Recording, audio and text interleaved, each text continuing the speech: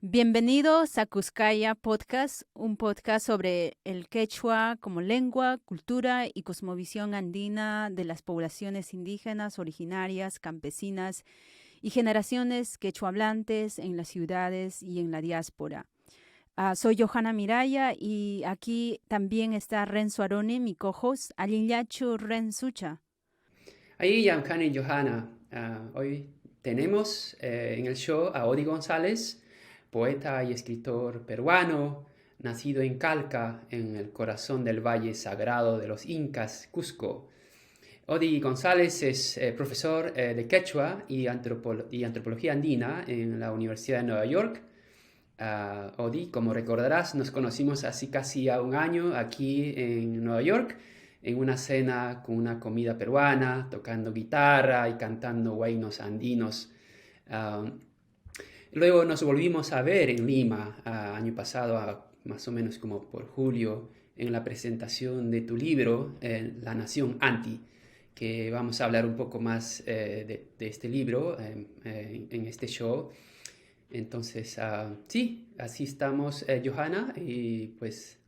Sí, hoy vamos a conocer un poco de su trayectoria profesional de Odi y cómo él fundó el programa de quechua en la Universidad de Nueva York. También vamos a conversar sobre algunos de sus principales libros y los cursos que viene enseñando y proyectos futuros que viene trabajando para el desarrollo del quechua y los estudios andinos. Ahí, Yacho, Odicha, bienvenido, Odi. Muchas gracias por estar aquí con nosotros. Alinea Weke Renzo Panae Johanna. Ari, naptien hayari sumya. Odi, Ari, Odi, ¿puedes contarnos un poco de tu historia temprana, tal vez algo brevemente para nuestra audiencia, quienes no te conocen? ¿Cómo fue crecer para ti hablando nuestro runasimi, el quechua, en Cusco, en Calca?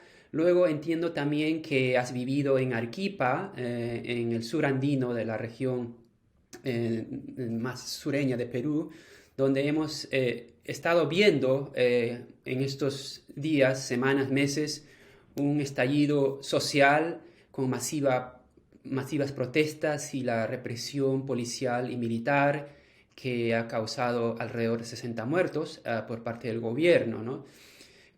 ¿Cómo fue crecer para ti en esta región entre el quechua y el español?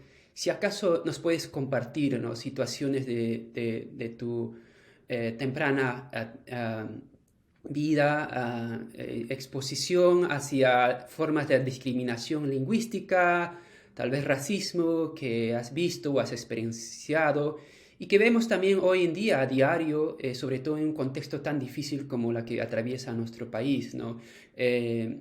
Sobre todo contra nuestros hermanos y hermanas andinos, quechohablantes, aymaras, que hoy están en movilización. Bueno, sí,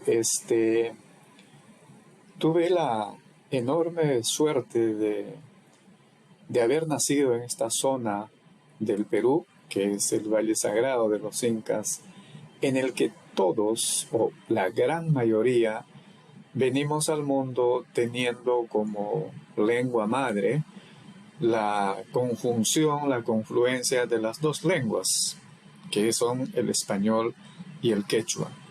Entonces, yo me considero un nativo hablante precisamente por esa conjunción de estas dos lenguas, que es la que hablamos la mayoría de mestizos. Sin embargo, en la escuela nunca nos enseñaron, digamos, ni siquiera en esta lengua mixta combinada, sino exclusivamente en español. De vez en cuando, y siempre en realidad, el profesor ciertamente utilizaba términos quechuas porque sabía que desde el niño más pobre que entre los pobres, o el hijo del hacendado, Romanville, por ejemplo, con quienes estudié, hablábamos quechua, o entendíamos por lo menos, ¿no? Unos lo hablábamos, los otros solo lo entendían. En fin, el hecho es que ni aún así, digamos, las clases fueron exclusivamente en quechua. Entonces viví entre estos dos mundos, el que no solo son dos lenguas, son dos perspectivas, dos culturas. Y entonces yo creo que esa fue para mí lo que más tarde originaría en mí esa afición por la literatura. Es decir, en mi caso no fueron los libros, sino fue la tradición oral andina, en quechua sobre todo, que escuché y que luego pues me permitiría fabular y escribir lo que he escrito, ¿no? Muchas gracias por compartir específicamente sobre la tradición oral. Y quisiéramos saber cuándo fue que descubriste que te gustaba escribir poesía. ¿Empezaste a escribir primero en quechua o español o en los dos idiomas? ¿Y cuál fue tu primer trabajo que publicaste, ya sea en poesía o en general como escritor en la literatura, como escrito en la literatura? Bueno, en realidad, no sé exactamente cuándo, uno nunca sabe cuándo empezó a escribir. El hecho es que, digamos, eh, esa tradición oral, escuchada en quechua y en parte también en español, no era más propiamente para la poesía, era más para la narrativa, digamos. Yo, por ejemplo, llegué muy tarde a la lectura. Me parece que empecé a leer como a los 7 años, lo cual ya uno es muy viejo para la lectura. Eh, pero sí podía reproducir cuentos que yo había escuchado, mezclando, o en quechua, o mezclándolos con el español. Y entonces, no empecé escribiendo en quechua, sino en español, porque mi primer libro ya lo escribo cuando he terminado el colegio, y el colegio lo hice en Arequipa. Y, y entonces Arequipa es otro mundo, es otro universo relacionado o en relación con el lugar en el que yo había nacido y había crecido mis años importantísimos, los primeros años que justifican, digamos, a un individuo. Y entonces, eso es, ¿no? No escribí en, en quechua la poesía, sino en español. Y mi primer libro lo publiqué alrededor de los 1989, me parece, y que todavía allí no asoma absolutamente nada del mundo andino, sino tal vez pudiera ser la nostalgia de una persona que está viviendo en una urbe grande, pero que se trasladó de un pueblito pequeño. O son diferentes, incluso medios geográficos, ambientes, hasta del medio ambiente y la cultura.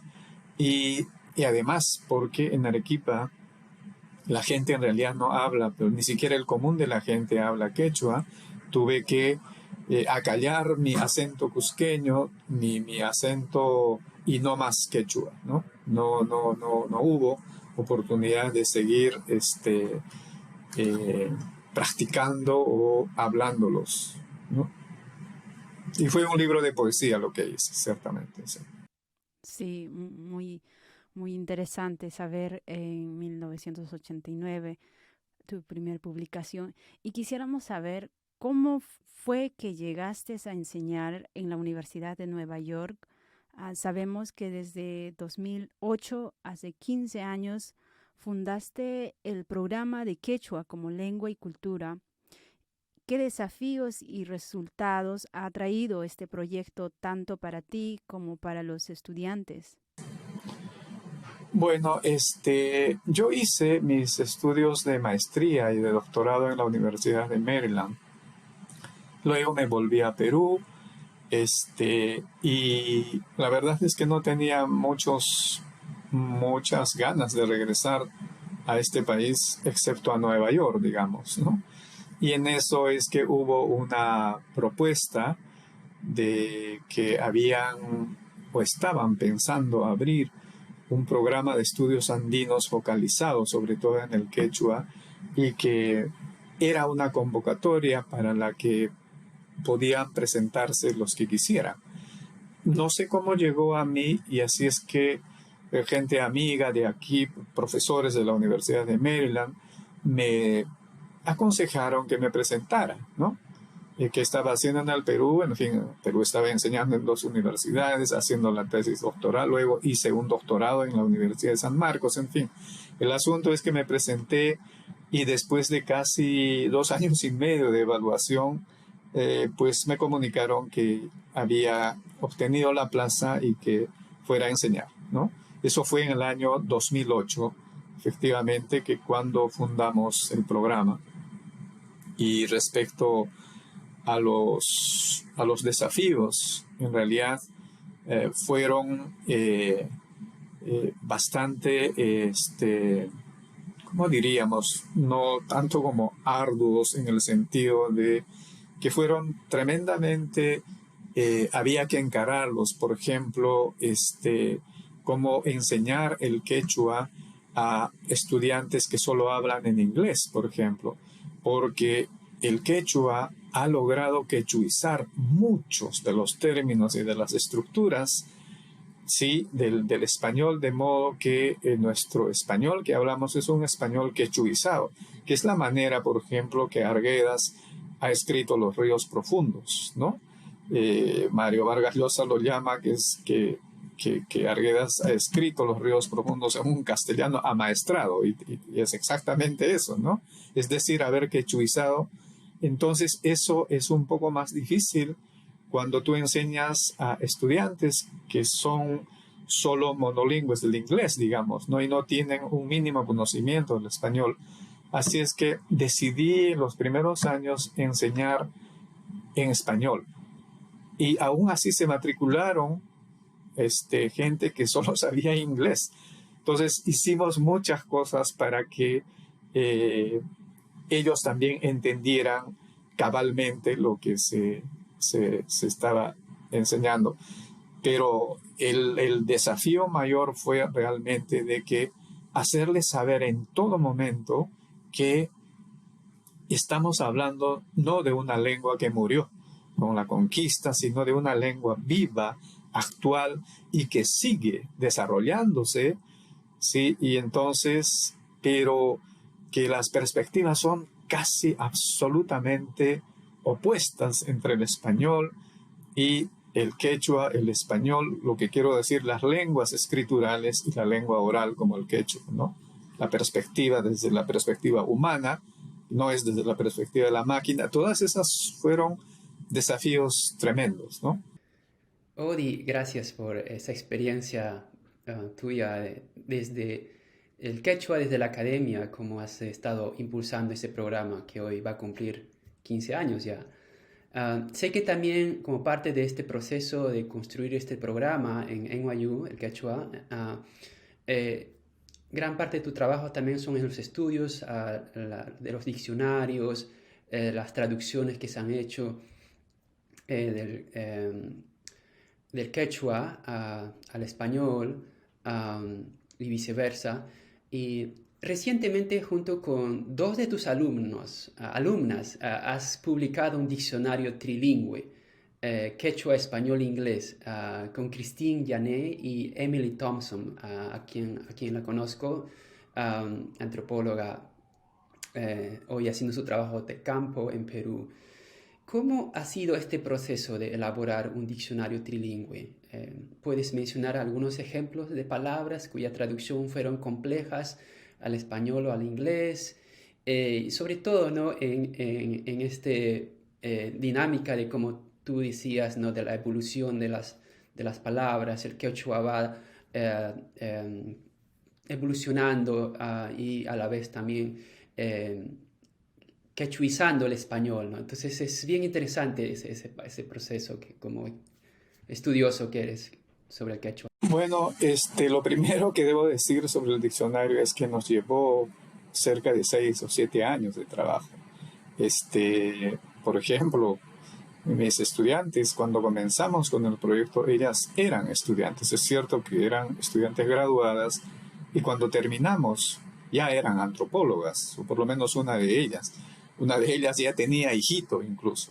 Entonces llevó un proceso de muchos años de, en realidad, primero obviamente de revisión de los primeros diccionarios, y yo he trabajado con una cierta rigurosidad y casi permanentemente en la revisión de los primeros diccionarios del siglo XVI, y que contienen realmente arbitrariedades enormes y que o resemantizaciones o manipulaciones del lenguaje, y que lamentablemente los estudiosos, los scholars, solo toman como puntos de referencia esos diccionarios. Cualquier punto que ellos argumenten, citan a Domingo de Santo Tomás, 1560, o González Holguín, 1608, o al Anónimo, 1500, en fin, del siglo XVI, los tres diccionarios más importantes o tratados de gramática, 1586 fue.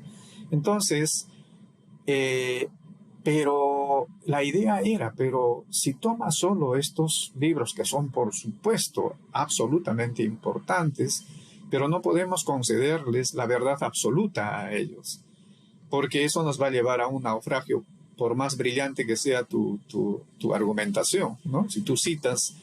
Entonces, la idea fue esa: cómo poder, desde esa época, el siglo XVI, a ahora, cómo ha evolucionado, sí, diacrónicamente un término, y cómo podríamos. Ese fue uno de nuestros primeros puntos. Ahora, el otro asunto es que no hay diccionarios realmente para estudiantes, no solo en el Perú, sino aquí mismo, por supuesto, sobre todo aquí, pero un diccionario que no sea, digamos, que no contenga esos sectarismos que van desde el diccionario de la Academia de Cusco hasta el diccionario, con todo respeto, del doctor Cerrón Palomino, el diccionario sureño, que hay una serie de incongruencias o, por ejemplo, definiciones, o en fin, que tú comparas con la lengua hablada y no necesariamente hay una coincidencia plena. Entonces, y el otro asunto era obviamente traer a la otra lengua añadida, que es el inglés, ¿no? Así es que nos pasamos, pero meses, años, discutiendo sobre cada término, conversando cuál sería el equivalente más apropiado de un término, ¿no? Fue arduo, grato, pero que nos llevó mucho tiempo. Tuvimos discusiones bastante largas y a veces hasta enojosas, porque ya el cansancio nos llevaba tanto que algunas veces nos terminamos molestando, ¿no? Ya como enojados terminamos, ¿no? Pero bueno, así, fue un largo proceso, ¿no? Sí, es un gran aporte realmente para quienes estamos empezando a estudiar la gramática, por ejemplo, del quechua, porque además tiene una introducción al quechua y la estructura gramatical del quechua, y sobre todo para estudiantes, gente en general que quiere conocer el quechua, aprenderla y dominarla, ya sea si su lengua materna sea español o inglés, ¿no? Es una buena introducción. Entonces es un aporte muy valioso que seguro va a contribuir bastante para la discusión y también el aprendizaje, promoción del quechua en la academia. También quería comentarte sobre otro libro que justo hacía mención al comienzo de nuestra conversación, y es la presentación de tu libro, La Nación Anti, ensayos de antropología lingüística andina, lenguaje y pensamiento quechua, traducción cultural y resistencia. Este libro lo publicaste con Pacarina Ediciones, una de las pocas editoriales dedicadas a la literatura indígena andina, a quien aprovecho saludar a Dante González, uno del editor, una gran persona a quien conocí en la Universidad de San Marcos, con quien también compartimos y colaboramos muchos proyectos conjuntos en torno a la antropología andina y literatura. El libro Nación Anti reúne alrededor de 23 ensayos tuyos sobre el quechua y el pensamiento andino, tales como la noción tiempo-espacio, la dualidad de los pares contrarios, complementarios, la noción de la muerte como tránsito, la irrelevancia del concepto cero, distinto de la noción de vacío, la extirpación lingüística misionera, la traducción e interpretación de textos quechuas, entre otros. Y este es un trabajo que has venido, claro, ya publicando y a la vez también difundiendo en los últimos, no sé, 15, 20 años tuyos de tu trayectoria académica, pero que aquí has reunido todos estos trabajos, ¿no? Para darle un sentido a la evolución, progreso de tu creación intelectual. Entonces aprovecho preguntarte sobre el título, primero el título del libro, que llama mucho la atención al lector. ¿Qué quieres decir, ¿no? Con la nación anti? Bueno, he tratado de, de hacer un juego de palabras con anti, porque, como sabemos, Ande originalmente era Anti, que es la región del sur, que es la región por donde se oculta el sol o sale el sol, en realidad. Y entonces, esa era la región, digamos, que geográficamente podríamos ubicar teniendo como referente del tiempo y el espacio del sol, digamos, ¿no? Pero que en la dicción de los españoles no podían pronunciar, se convirtió en Ande, ¿no? Esa es una aproximación, digamos, casi etimológica. Y la otra es hacer un juego, digamos, semántico con lo anti, que significa contra, ¿no? Que es contrario, es oposición. Y en muchos ensayos del libro, en muchos aspectos que se tratan en el libro, pues hay realmente saberes, hay realmente filosofías, conocimientos tan opuestos entre los europeos y los Andes. Por ejemplo, el concepto de riqueza es absolutamente anti, o sea, totalmente contraria la noción de riqueza para el individuo andino y la noción de riqueza para el europeo, ¿no? Mientras que en el Ande, la riqueza, el término cajnío, refiere que la riqueza es tú y tu ser. O sea, no refiere la riqueza material para nada. En cambio, en Europa, la riqueza es solo la riqueza material. Entonces, cuando llega a España, se transforma, se implanta todos estos nuevos conceptos y cajnío se convierte el rico, el propietario, el dueño de tierras, y todavía crean un neologismo que es manacajnío, el que no tiene nada. Es decir, no se ciñe pues a los conceptos, a los saberes, perdón, porque no manejan conceptos, a los saberes originales, y que desvirtúan por completo. Entonces, allí puedes ver esa cuestión anti, digamos, ¿no? De antípodas casi, ¿no? Eso es lo que podría decir, sí. Sí, y también quería aprovechar preguntarte sobre, en esa misma explicación como de casi dual del anti y su semántica que va de alguna forma como cuestionando el estándar de cómo se entiende ciertos conceptos desde la europeidad. Por ejemplo, ¿cómo explicarías esto de la extirpación lingüística que mencionas en el libro también? Y tal vez, por ejemplo, esta noción de la muerte en el mundo andino, por ejemplo, ¿no? Ya, bueno, este término que los estudiosos dedicaron la extirpación de idolatrías refiere solamente, digamos, a la extirpación de los cultos religiosos en el mundo andino, ¿no? Digamos, saqueas tumbas, saqueas el templo de Coricancha y por despojar a ese ser monarca que han enterrado con joyas que para ellos tiene un valor agregado, digamos. Entonces, todo eso se llamaba la extirpación de idolatrías, ¿no? Hay cantidad de libros. Pero lo que yo hago ver es que no solo hubo extirpación a ese nivel, hubo una extirpación a nivel lingüístico, a nivel de la lengua, que en realidad casi nadie se ha ocupado, por lo menos que yo sepa, realmente no hay estudios que hayan analizado esa extirpación lingüística, por lo menos con una cierta rigurosidad.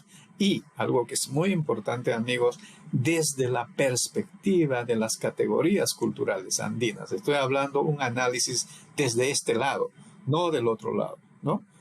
Entonces, pues este libro lo he escrito a lo largo de casi 25 años, en realidad. Entonces, es darle vueltas y vueltas sobre estos asuntos. Y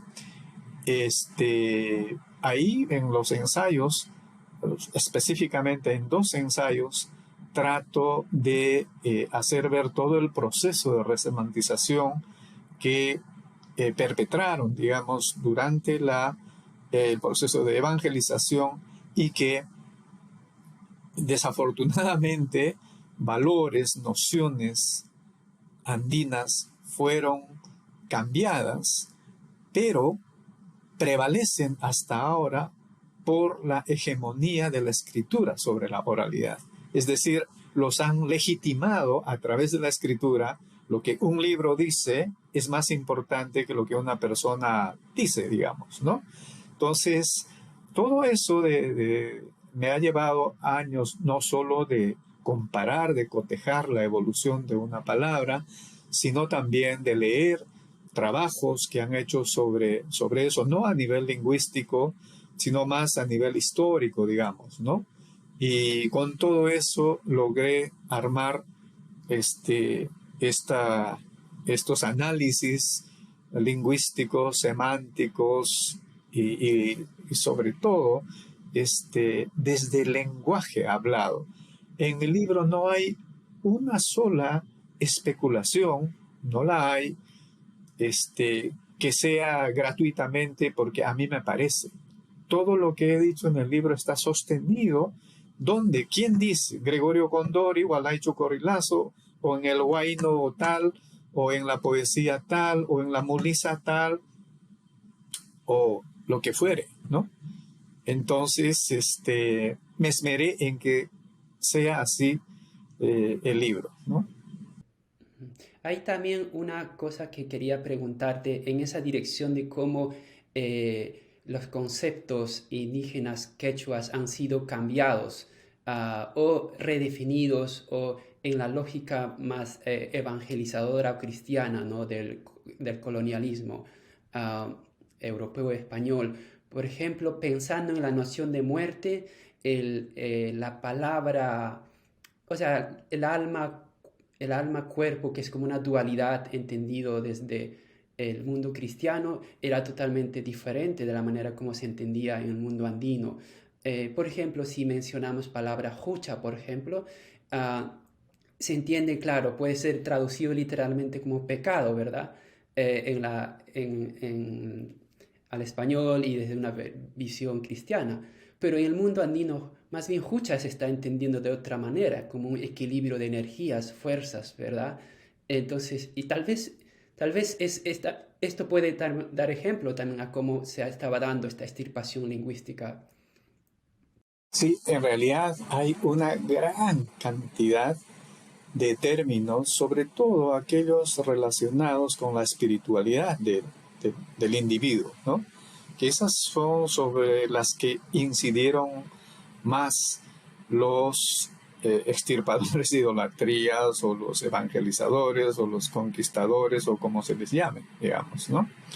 Siguiendo todo un programa, en realidad, de implantación de cambios, un programa que fue diseñado por el Tercer Concilio Limense. Es absoluto eso, ¿no? Si tú te revisas los diccionarios después de 1560, o sea, de González Holguín o del Anónimo, en realidad las definiciones que dan son exactamente iguales, hasta en la coma, en el punto que le colocan. Entonces, dos individuos pueden pensar igual sobre una misma cosa, pero no la pueden redactar, no la pueden del mismo modo, ¿no? Entonces, hay una cantidad de términos, pero solo quisiera incidir en uno, por ejemplo, que resume todo lo que me has preguntado, Renzo. Por ejemplo, el término Kespi, ¿no?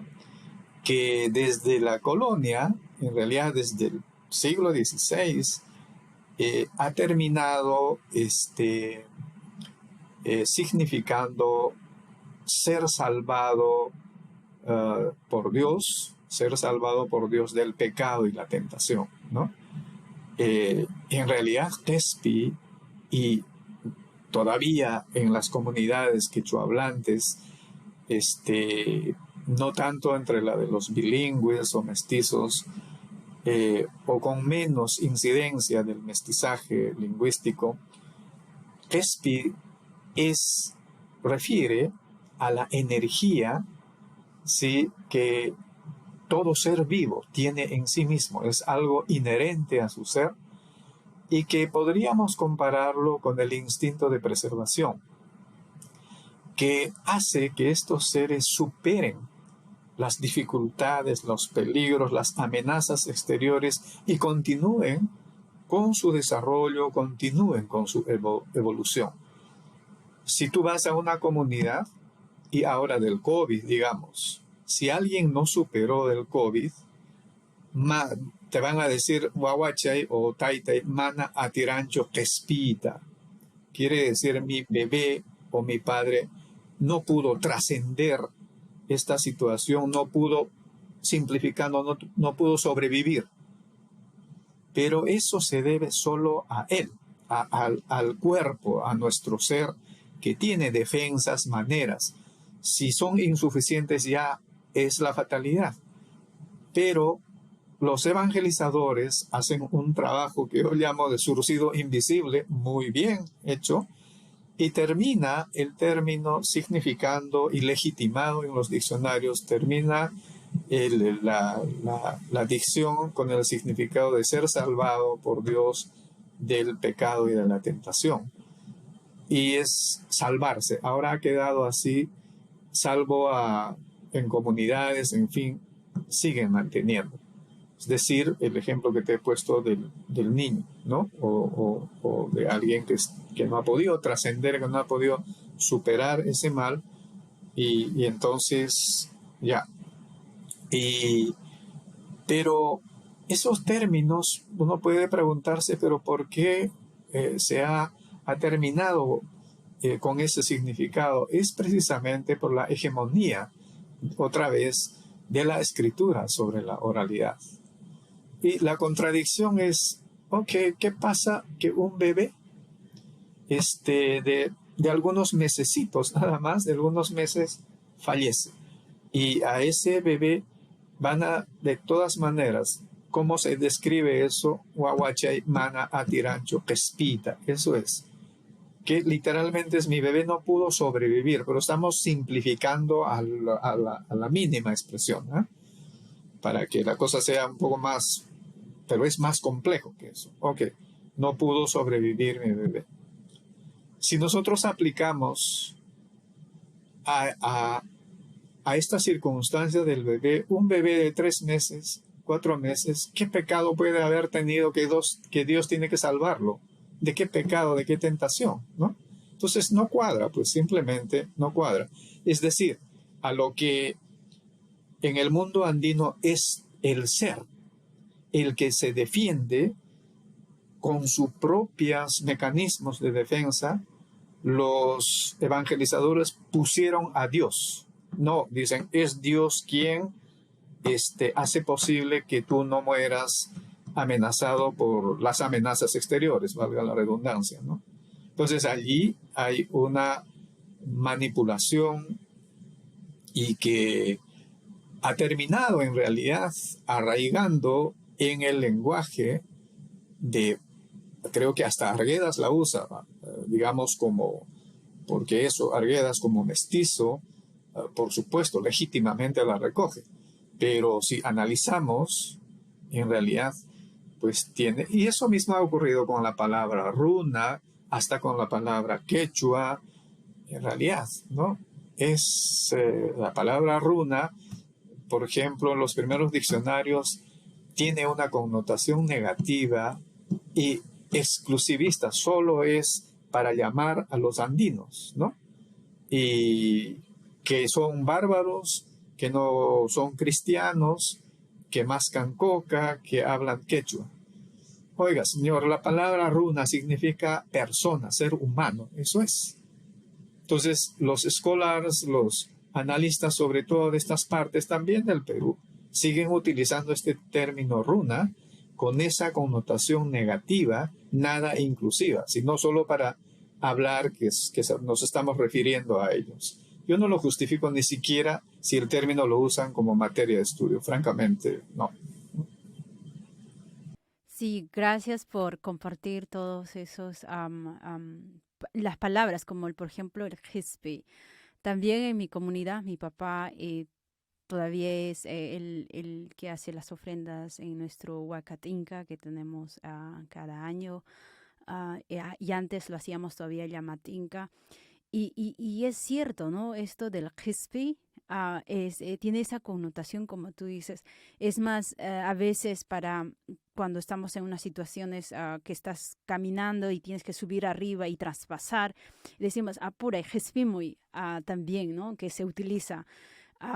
Pero sí, es tan importante de entender esas palabras. Y justo había una discusión con otras compañeras en un conversatorio y hablaban también sobre estos términos que tienen una connotación negativa y que cómo ellos podían usar esos términos para poder transformar o tener otra connotación más positiva, ¿no? Desde con una noción más activista, digamos. Pero me gustaría hablar más de eso. Obviamente vamos a tener más otro podcast, nos gustaría, porque la verdad es que nosotros que trabajamos en esto de la revitalización del quechua, nos gustaría que podamos también tener este conversatorio, ¿no? Porque hoy en día pues hay muchos, principalmente jóvenes que están trabajando en la revitalización y bueno, y a esto va mi pregunta. Hacia finales del siglo pasado, varios académicos decían que el quechua estaba en declive. Algunos la declaraban como una posible lengua muerta, pero en lo que va en el presente siglo, hemos visto que hay resurgir del runasimi, del quechua. ¿Qué futuro le ves al quechua como lengua y cultura? Sabes que no comparto absolutamente a esos pájaros de mal agüero que están anticipando la extinción, digamos, de nuestro idioma. Yo pienso en estos momentos, y digo estos momentos porque me refiero a todos los aparatos audiovisuales, todo eso que ahora puede permitirnos, por ejemplo, conversar así con ustedes y no viviendo en lugares distintos, lo que sea. Aún si el quechua, eso hay que decirles a estos señores que andan lanzando premoniciones, el quechua, en mi opinión, aún si en este momento no tuviera un solo hablante, no moriría. ¿Sabes qué? Hay tanto material ya grabado, escrito, en videos, en películas, en documentales, en canciones, que en realidad podríamos hacer una reconstrucción con un mínimo diccionario y algún manual que no, ya es imposible que una lengua muerta, pero también hay un aspecto muy importante. Una lengua muerta, queridos amigos, no es una lengua muerta solo porque carece de hablantes. También es una lengua muerta porque estos hablantes irresponsables de querer,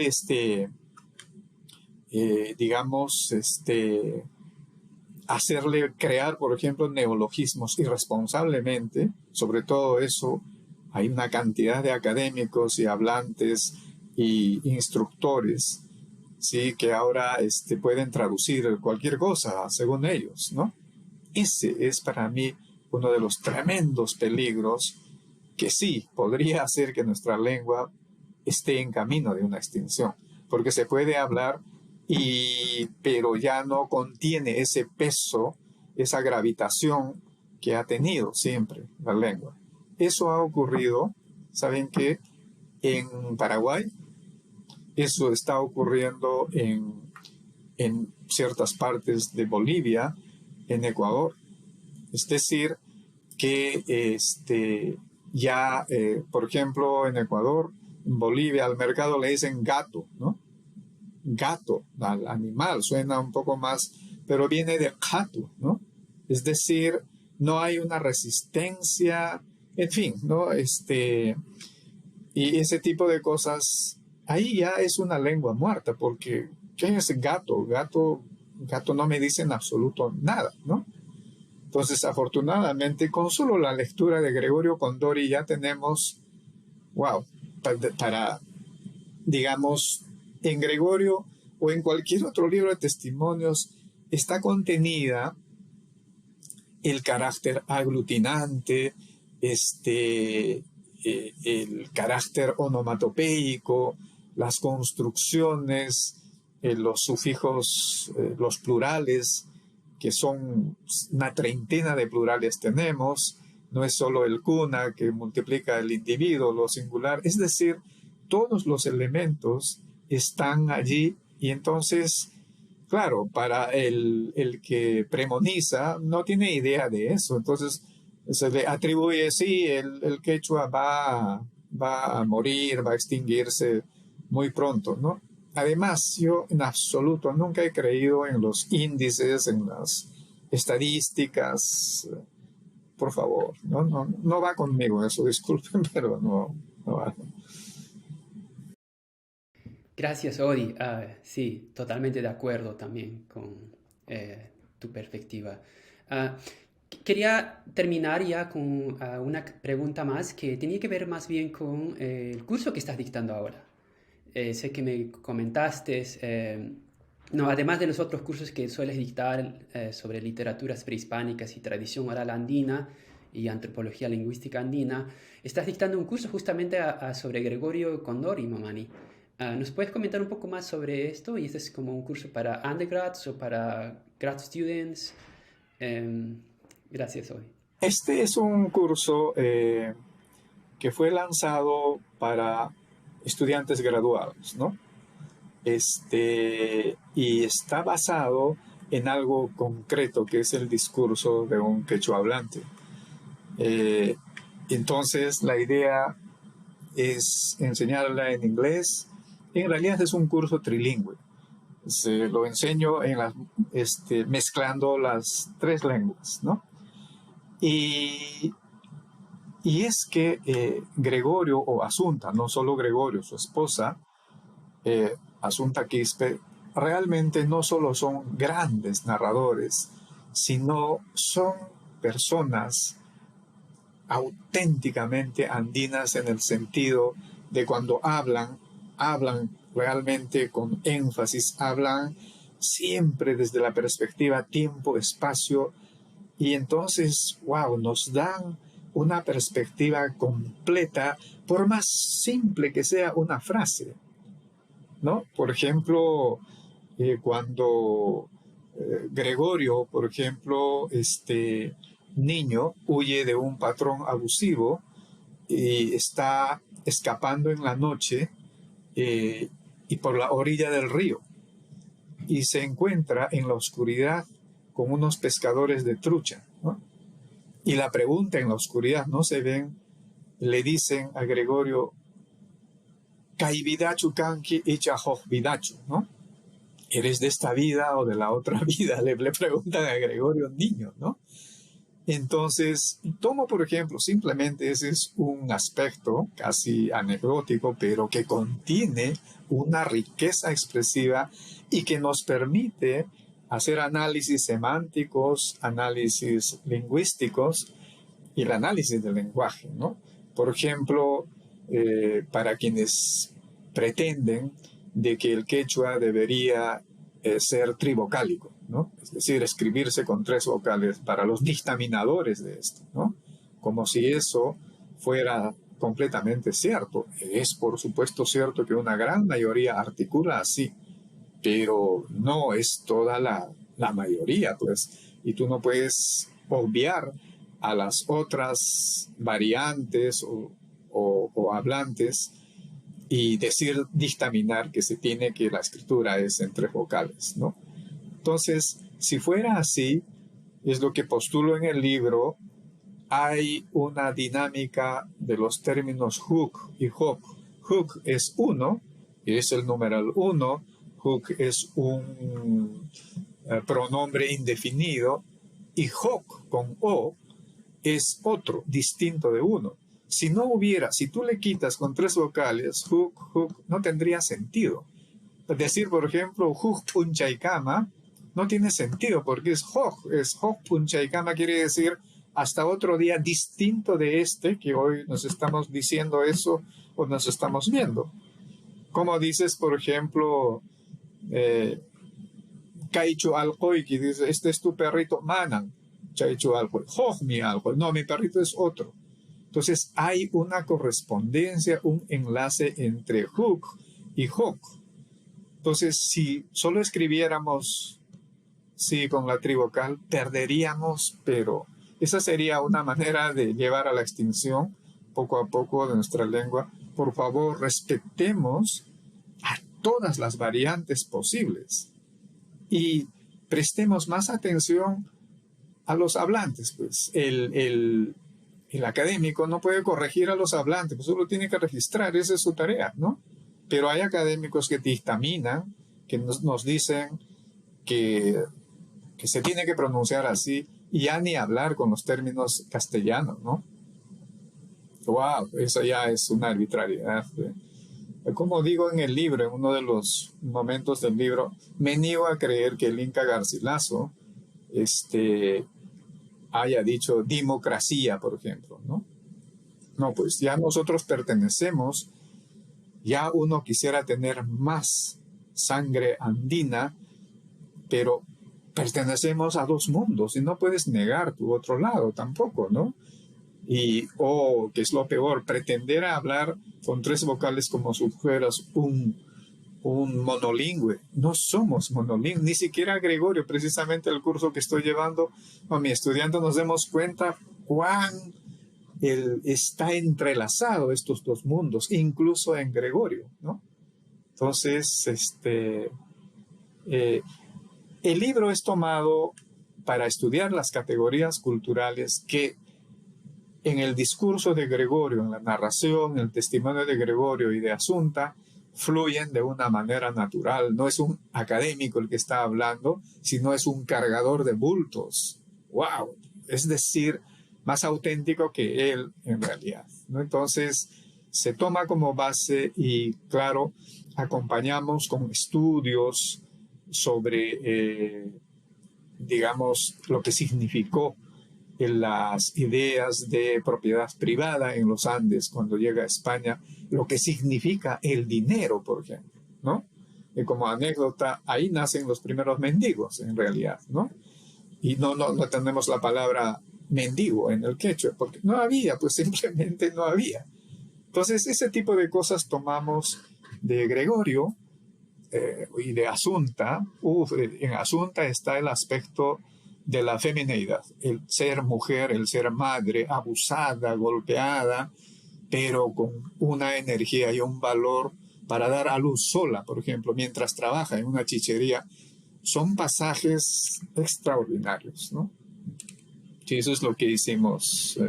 Este curso se está poniendo cada vez más y más interesante, ¿no? Y acompañamos con documentales y con alguna película, en fin, ¿no? Está más o menos